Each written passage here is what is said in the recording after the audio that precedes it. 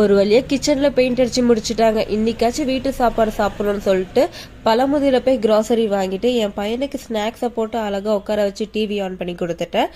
எங்களுக்கு பிரேக்ஃபாஸ்ட்டுக்கு மேகி பண்ணலாம், அதுவும் வெஜிடபிள்ஸ் நிறைய போட்டு மேகி பண்ணலாம். எனக்கு எப்போல்லாம் மேகியை பார்த்தாலுமே எங்கள் அம்மா ஞாபகம் தான் வரும். ஸ்கூல் படிக்கும் போது நான் வெஜிடபிள்ஸ் சாப்பிடவே மாட்டேன், இப்பயும் ரொம்ப சாப்பிட மாட்டேன்.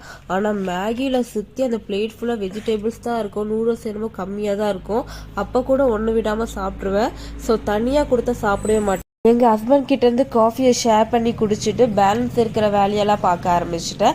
அவசரத்தில் மேகி பேக்கெட்டாக வேறு ஃப்ளேவரில் வாங்கிட்டேன் போல், பை ஒன் கிட் ஒன்று இருந்துச்சு. ஸோ அதான் நான் சரியாகவே பார்க்கல போல். இதோட ஃப்ளேவரே ரொம்ப டிஃப்ரெண்ட்டாக இருந்தது, மசாலா பேக்கெட்டும் டிஃப்ரெண்ட்டாக இருந்துச்சு. ஸோ கம்மியாக 4 பேக்கெட் போட்டுக்கலாம், இன்கேஸ் சொதப்பிரிச்சுனா வேஸ்ட் ஆகக்கூடாதுன்னு சொல்லி சாப்பிட்டு பார்க்கும்போது ஃப்ளேவரே ரொம்ப டிஃப்ரெண்ட் ஆகிடுச்சு, கரெக்டாக ஷட் டவுனாக ஆகிடுச்சு.